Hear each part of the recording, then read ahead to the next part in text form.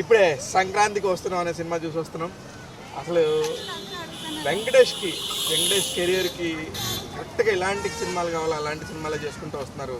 ఇప్పుడు ఆయన 65 ఏజ్లో కూడా ఎంత పర్ఫెక్ట్గా క్యాప్చర్ చేసుకున్నారంటే తనకు కావాల్సిన కథ ఇంతకంటే ఆయన చేయలేము. మన దగ్గర ఉన్నది comedy timing, perfect family entertainers చేస్తే పర్ఫెక్ట్ అని చెప్పేసి ఒక నిర్ణయం తీసుకొని చేసిన సినిమాలాగా సంక్రాంతి వస్తున్నాం సినిమా కనిపిస్తుంది. ఇకపోతే F2తోని తన మార్క్ని క్రియేట్ చేసిన అనిల్ రావుపూడి మళ్ళీ ఆ మార్క్ని రిపీట్ చేసాడా లేదనేది ఇప్పుడు చెప్తాను. సినిమాకి సంబంధించి స్టార్ట్ చేస్తే కథగా చెప్పాలంటే కథ ఏముందని చెప్తాం. కథలో అసలు ఏమీ లేదు. There is a single point agenda.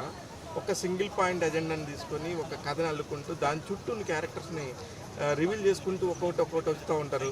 ముఖ్యంగా ఈ క్యారెక్టర్స్ ఎలా ప్రవర్తించినాయి అనేది మాత్రం ఖచ్చితంగా మాడుకోవాలి.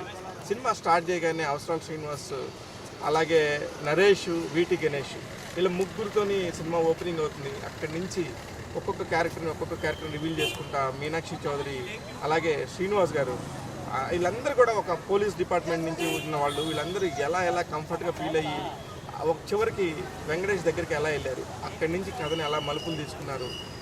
ఒక్క చిన్న పాయింట్ కథగా చెప్పినా సరే మొత్తం మిస్ అవుతాం. ఇకపోతే ఈ సినిమా పాయింట్ స్టార్టింగ్ నుంచి చెప్పుకోవాలంటే మనం నిజంగా కూడా మన క్లాస్మేట్స్ అని మనం చదువుకున్న చదువు మనుషుల గురించి కానీ వాళ్ళందరినీ గుర్తుపెట్టుకొని మన క్లాస్మేట్స్తో మనం గెట్ టుగెదర్స్ చేసుకుంటాం. కానీ మన గురువులను ఎప్పుడన్నా గౌరవించామా, మన గురువులతో ఎప్పుడన్నా భోజనం చేసామా, ఇలాంటి ఒక థాట్ మాత్రం గట్టిగానే క్రియేట్ చేశాడు దర్శకుడు అనిల్ రావుపూడి. ఇది ఒక మంచి థాట్. నిజంగా కూడా ప్రతి ఒక్కడికి మన జీవితంలో ఎంత పెద్దయినా ఉండొచ్చు కానీ మనందరికీ ఖచ్చితమైన గురువు మాత్రం ఉంటాడు. ఆ గురువుల్ని గౌరవిద్దామనే ఒక చిన్న కాన్సెప్ట్ మాత్రం తెగ నచ్చింది నాకు.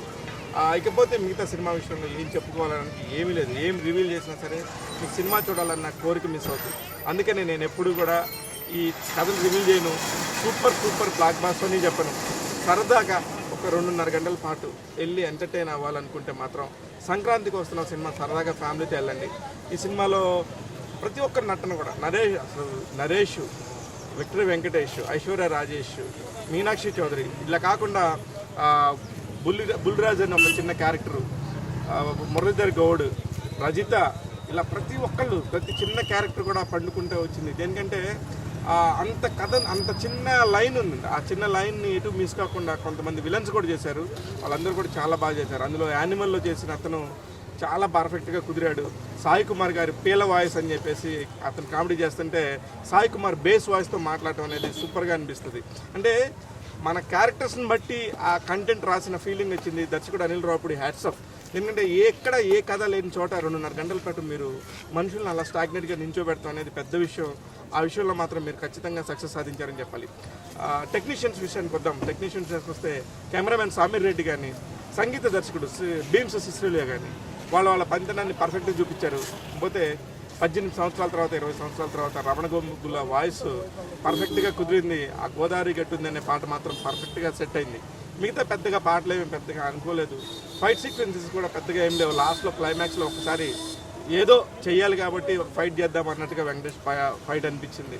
మిగతా అంతా కూడా ఎంటర్టైన్మెంట్ పక్కా వసూలు సినిమా లాగా అనిపించింది. సంక్రాంతికి మాత్రం కరెక్ట్ సినిమా అనిపించింది. ట్యాగ్ తెలుగు సంక్రాంతికి వస్తున్న సినిమాకి ఇస్తున్న రేటింగ్ 2.75 out of 5. నేను మీ శివ మల్లాల.